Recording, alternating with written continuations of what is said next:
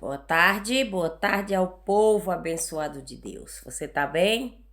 Tá todo mundo bem? Tá todo mundo bem? Tá todo mundo bem. Glória a Deus. Aqui nós estamos bem. Graças a Deus. Tá todo mundo com paz, saúde. É o que importa, né? Se a gente tiver rios de dinheiro e a gente não tiver saúde, a gente não tiver paz, tranquilidade, então não adianta nada, né, gente? Então a gente tendo mesmo pouco, com Deus é muito, né? Então a gente é feliz porque a gente agradece a Deus porque nós estamos aqui nessa tarde, né? Estamos aqui hoje para agradecer a Deus pela benevolência dele. Você tá bem? Passou um bom final de semana? Que o Senhor Jesus te abençoe, te guarde e proteja. Faça resplandecer sobre a sua vida o Espírito Santo, que ele te proteja, que ele te guarde, que ele te defenda e que você possa falar aquelas palavrinhas mágicas.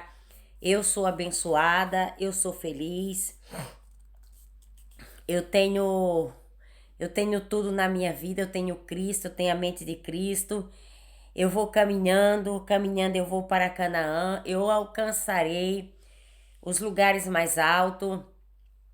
Cristo está comigo, se Cristo está comigo, eu chegarei ao meu porto desejado. Nós precisamos chegar ao nosso porto desejado, né, irmão? Porque todo navio, ele chega no porto, né? Se ele sair do rio, se o destinatário dele é Recife, ele tem que chegar em Recife. Se você pegar um navio turista, né? Vamos supor, sai de Natal, vem para Portugal. Ele vai ter que embarcar no porto de Portugal. Então, tudo nas nossas vidas tem um porto. E o nosso porto é quem?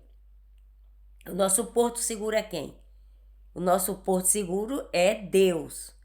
É o Espírito Santo de Deus que está conosco. Amém?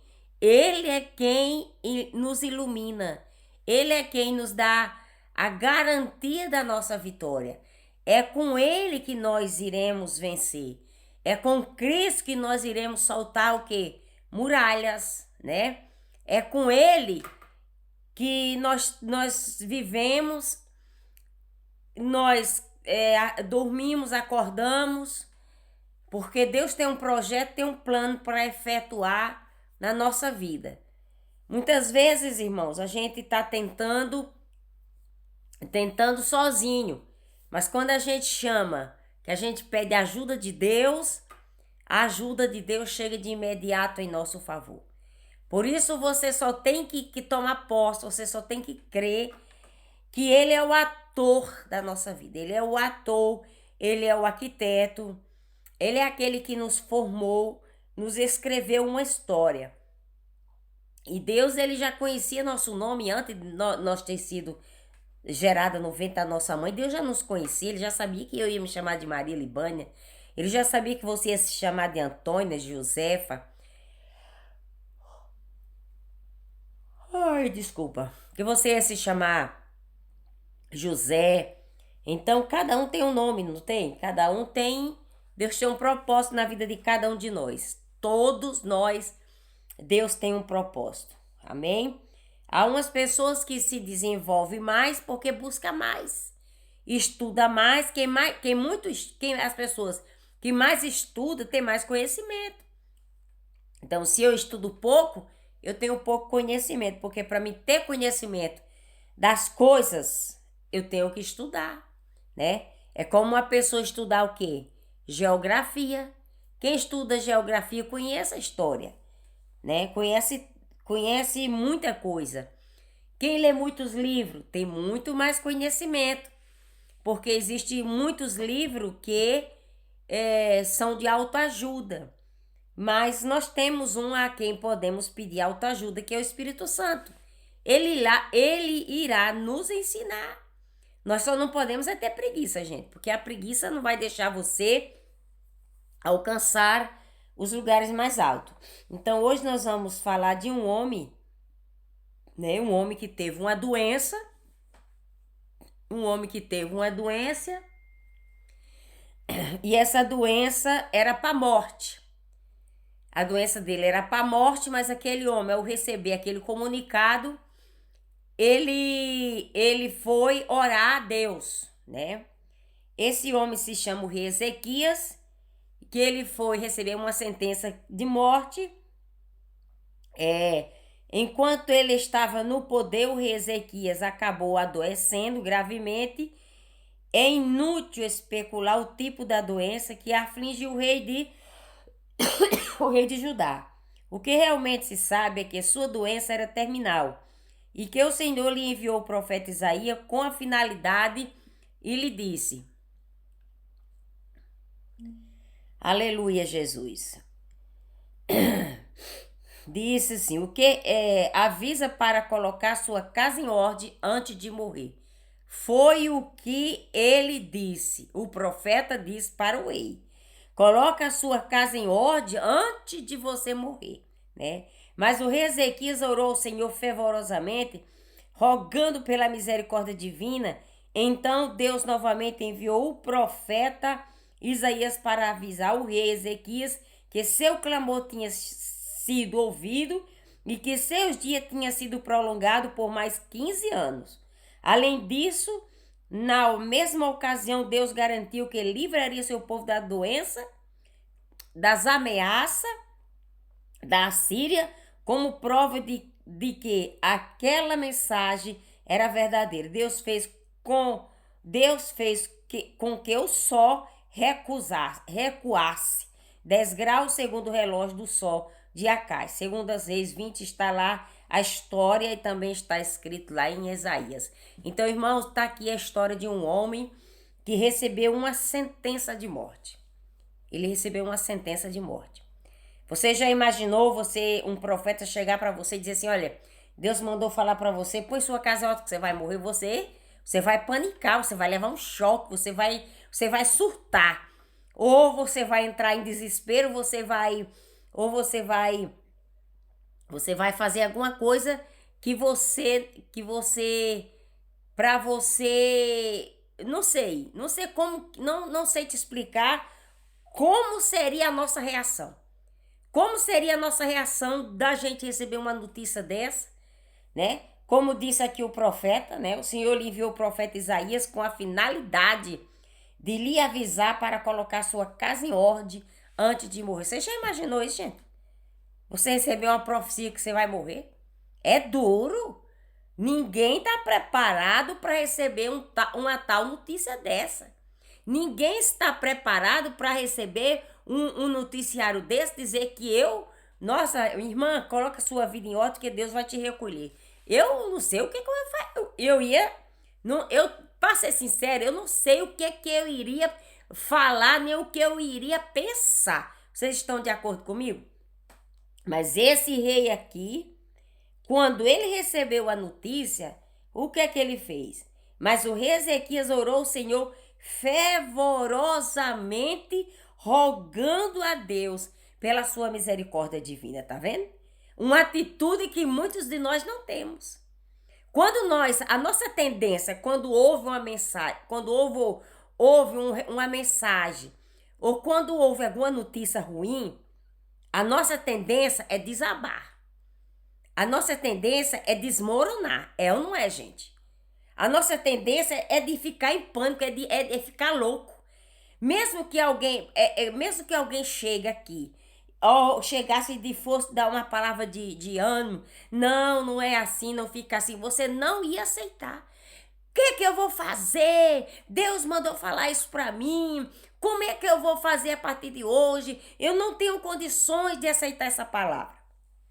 Mas o rei orou ao Senhor fervorosamente e Deus novamente enviou o profeta lá, dizendo, avisar para o rei Ezequias que ele ouviu o seu clamor e que ele acrescentou que ele prolongou seus dias de vida. Conforme a palavra do Senhor, o rei Ezequias não morreu naquela ocasião, mas pôde desfrutar de mais alguns anos de vida. Ele morreu somente no ano 686, após a morte do rei Ezequias. Seu filho Manassés reinou em seu lugar. Então, tá aqui uma palavra que Deus mandou. Deus mandou uma palavra confrontando, né? Mas ao mesmo tempo, quando Deus viu a mudança, o comportamento do rei Ezequias, Deus vai e manda o profeta de novo lá dizendo que ele não ia morrer, mas que ia acrescentar 15 anos da vida dele. Então aqui, irmão, tá dizendo o quê? Tá dizendo que nós podemos nos humilhar, nós podemos orar a Deus com fervor, e nós podemos rogar a Deus pela sua divina misericórdia, que ele vai nos ouvir, que ele vai nos atender. Então não importa qual é o problema, ele estava com a doença. E aquela doença era para a morte, estava em fase final. Será que ele tinha um câncer? Qual era o problema que ele tinha? Só sei que a palavra de Deus diz que ali fizeram um emplaste com o fígado e colocaram no seu estômago e ele ficou bom. Eu não sei qual é o seu problema, eu não sei qual é a sua dificuldade, eu não sei o que você está enfrentando.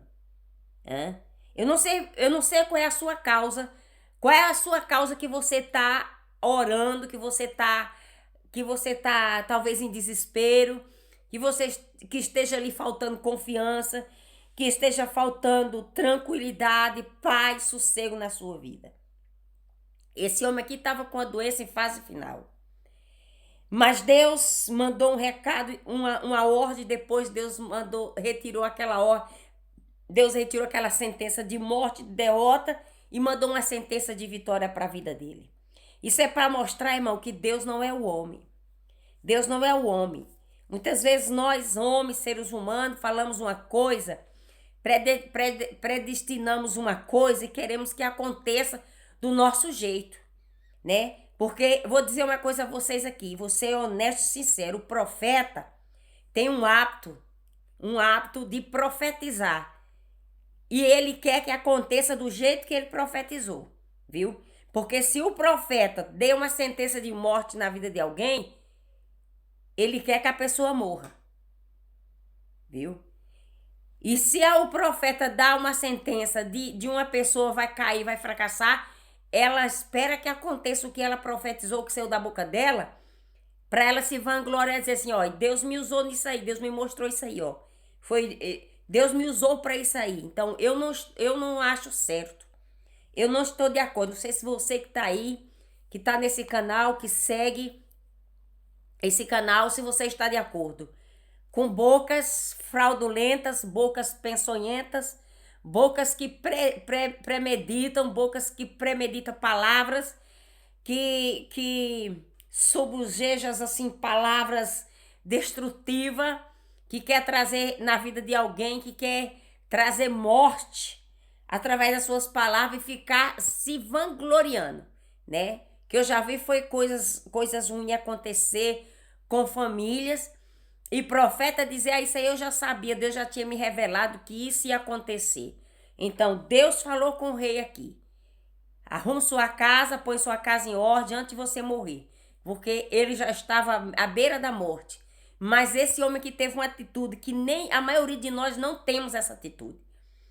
Quando recebemos uma sentença que tem alguém com problema, que tem um filho que está passando um problema, ou que esteja nas drogas, ou que esteja na bebedeira, ou que esteja na prostituição, ou que esteja em cadeias, quando nós recebemos notícia que o filho foi sentenciado a tantos anos, ou que o filho está sendo ameaçado, está sendo perseguido por alguém, você faz o quê? Me diga aí o que você faz. Você panica, você entra em pânico, você entra em desespero, você não dorme de noite. Enquanto não vê seu filho entrar por as portas, você não deita, não dorme, porque sua cabeça, sua mente só trabalha achando que você vai receber notícia ruim. Essa é a realidade que nós vivemos, francamente, no dia de hoje, viu, irmãos? Então, nós temos que realmente conhecer a palavra de Deus, temos que realmente conhecer a voz de Deus e temos que saber que Deus é bom, é longano, é misericordioso e é tardio em irar-se. O amor de Deus é eterno, o amor de Deus é grande e ele abrange, ele alcança todos aqueles que crê, todos aqueles que confiam, todos aqueles que buscam, todos aqueles que se deleitam na sua presença. Jesus nos ama, irmão. Jesus ama o pecador, mas aborrece o pecado. Nós, quando praticamos alguma coisa errada, alguma coisa feia, nós temos um advogado. E nós devemos ir a esse advogado. E nós devemos falar, contar para esse advogado o que foi que nós fizemos, o que foi que nós cometemos, o que foi que nós falamos. Nós temos esse advogado que está 24/24 disponível a qualquer um de nós. Deus não faz exceção de cor, nem de raça, nem de grau de sabedoria. Pode ser rico, pode ser classe média, pode ser bilionário, pode ser um mendigo, pode ser aquele que está na sarjeta. Se ele procurar Deus, se ele se lançar no regaço de Deus, ele encontrará a solução para o seu problema. Deus, ele não faz exceção de raça, ele não faz exceção de cor, ele não faz exceção se a pessoa é rico, se a pessoa tem, se a pessoa não tem. Se você mora num palácio, se você mora numa cabana, se você mora dentro de uma casinha de João de barro, se você mora numa casa de pau a pique, se você tem o seu teto coberto de palha, de palmeira, vou dizer uma coisa a você, Deus vai ouvir a sua oração, igual ele ouve a oração de um homem doutorado, que tem um anel no dedo, que tem uma gravata, que tem cursos disso e daquilo. Se você orar a Deus com sua alma, com seu coração, você pode ter certeza que ao amanhecer Deus te dará a resposta.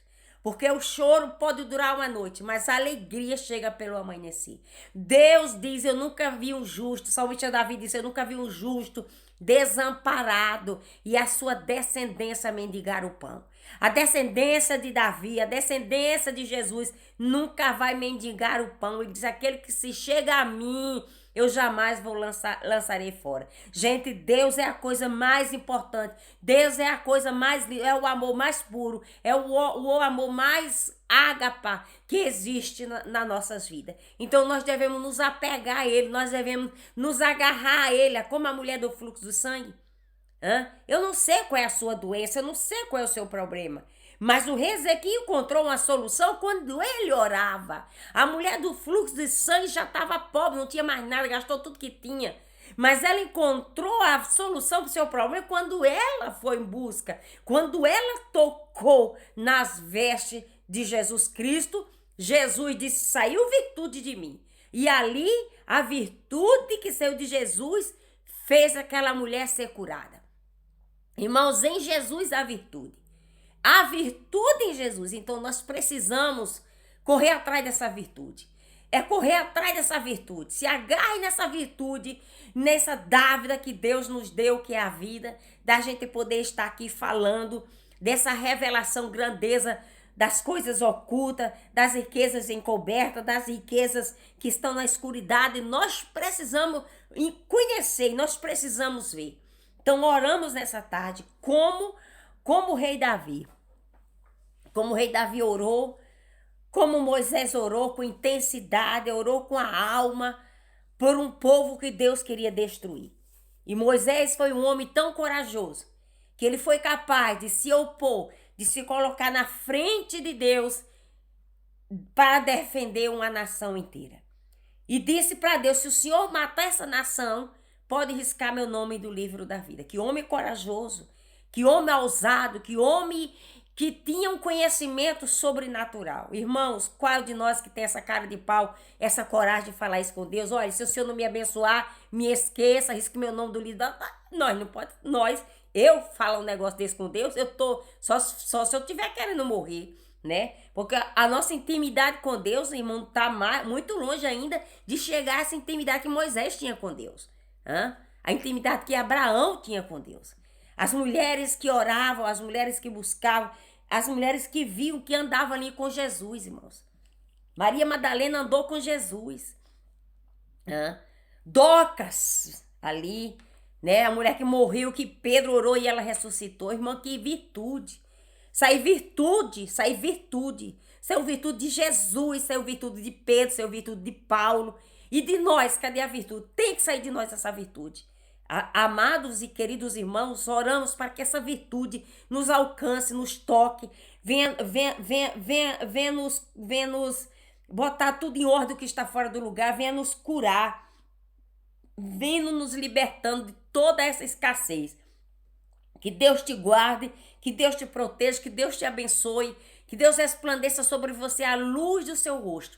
Ele está aqui e ele vai te alcançar aí onde você está. Ele vai tocar em você. Ele vai curar a sua enfermidade. Ele vai sarar a sua dor, a sua ferida. Ele vai restituir a sua sorte, como ele restaurou a vida do rei Ezequias. Você vai estar em liberdade. Você vai estar com a provisão divina na sua vida. Deus está abrindo essa porta muito grande. E eu vejo uma porta tão grande que é tanta ovelha passando por essa porta, irmãos, que é impressionante. A virtude do Espírito Santo de Deus vai tocar em você hoje. E você vai ser restaurada, a sua casa, sua família, suas finanças serão restauradas.